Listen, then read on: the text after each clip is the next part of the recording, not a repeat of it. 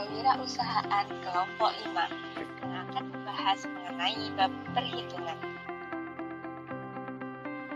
Yang terdiri dari 10 anggota yaitu Almira Alifina Islamai, Anissa Fitri Ramadhani, Sonia Agustin, Mika Nur Ahmawati, Miftahul Jannah, Hafiz Sofyan, Giga Rahmawati Saleh, Elva Aulia Melinia, Nadia Rahmadwiyanti, dan Eva Rosana.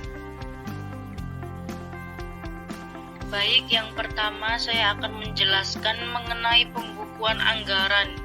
Pembukuan anggaran ini bisa disebut juga sebagai proses penyimpanan data keuangan yang berkaitan dengan aktivitas usaha.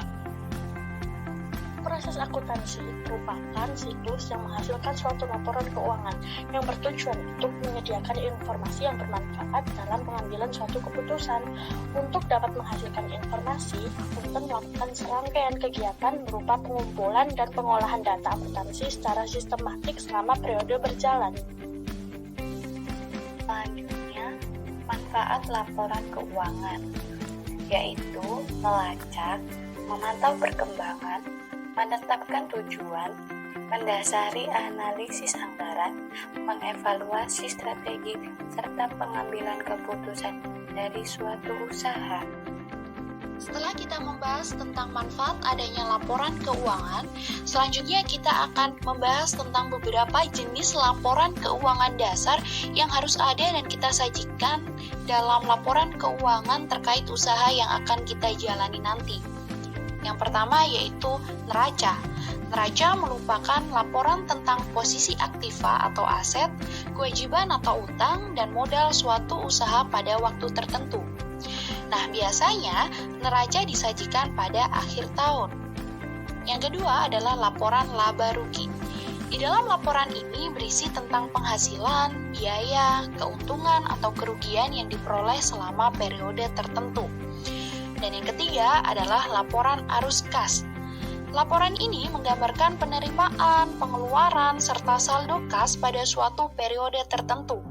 Nah, di sini arus kas memiliki 3 kategori utama, yaitu kegiatan operasional, kegiatan investasi, dan kegiatan pembiayaan.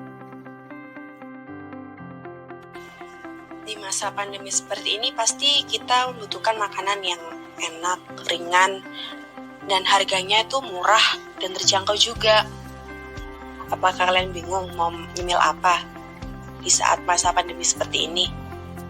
Kami punya solusinya. Apakah Anda menginginkan sensasi rasa yang... Jangan khawatir. Ada Dimyam. Dimsum adalah salah satu solusi dari masalah kebingungan Anda selama pandemi. Selanjutnya, kenapa harus membeli dimsum di Dimyam? Yang pertama, dikarenakan produk yang kami buat 100% homemade, yang berarti setiap kamu membeli dimsum dari kami telah mendukung kami sebagai UMKM untuk terus berkembang. Yang kedua, dikarenakan harga yang kami tawarkan jauh lebih ekonomis daripada harga yang berada di pasaran. Tentu saja hal itu dikarenakan estimasi harga yang cukup matang dari kami, sehingga kamu tidak perlu merogoh kocek yang jauh lebih banyak hanya untuk membeli dimsum. Dan yang ketiga adalah dimsum yang kami buat tanpa menggunakan bahan pengawet, sehingga kamu tidak perlu khawatir akan kesehatanmu setiap kali kamu memakan dimsum kami. Jadi, kita adalah generasi non-micin. Dan masih banyak lagi kelebihan-kelebihan yang dimiliki oleh Dimyam. Oleh karena itu, ketika kamu mau makan dimsum, ingatlah untuk membelinya di Dimyam. Selanjutnya ada harga pokok produksi dimsum Yummy produk kami per 2 porsinya.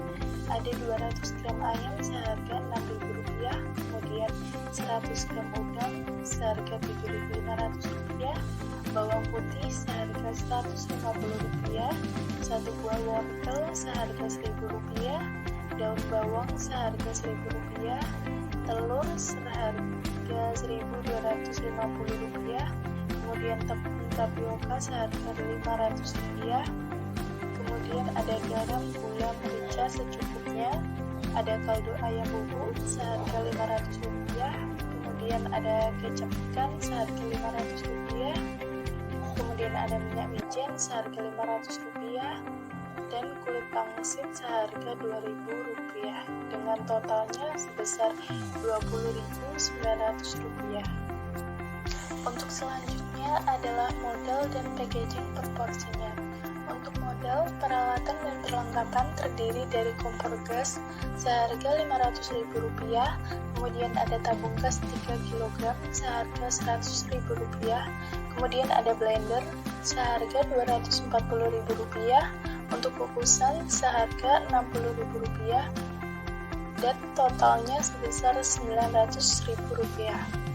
Untuk packaging per porsinya sendiri terdiri dari paper bag seharga Rp500, kemudian food box 1 pieces seharga Rp1.400, pita 50 cm seharga Rp100, dan totalnya sebesar Rp2.000. Dari perhitungan sebelumnya, diperoleh harga pokok sebesar Rp10.450 dengan packaging Rp2.000, sehingga harga pokok per porsinya yaitu Rp12.450. Kemudian untuk harga jualnya sendiri yaitu sebesar Rp15.000. Selanjutnya adalah perhitungan proyeksi laba rugi bulan ke-1.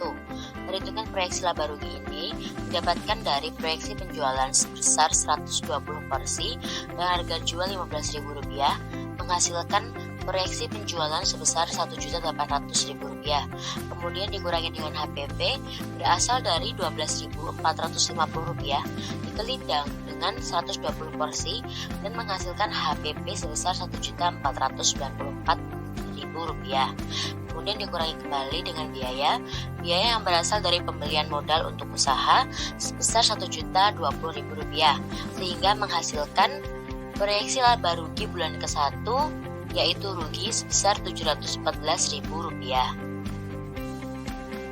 Selanjutnya adalah proyeksi laba rugi bulan kedua yang didapatkan dari proyeksi penjualan sebesar 120 porsi yang menghasilkan proyeksi penjualan sebesar Rp1.800.000 dikurangi dengan HPP yang berasal dari Rp12.450 dikalikan dengan 120 porsi yang menghasilkan Rp1.494.000. Kemudian dikurangi dengan biaya ini berasal dari biaya bulan kedua yaitu adalah listrik dan pembelian gas isi ulang yaitu sebesar Rp120.000 dan menghasilkan proyeksi laba rugi yaitu laba sebesar Rp186.000. Selanjutnya adalah proyeksi neraca. Yang pertama dari sisi harta terdapat kas sebesar Rp1.432.000 dan peralatan sebesar Rp900.000.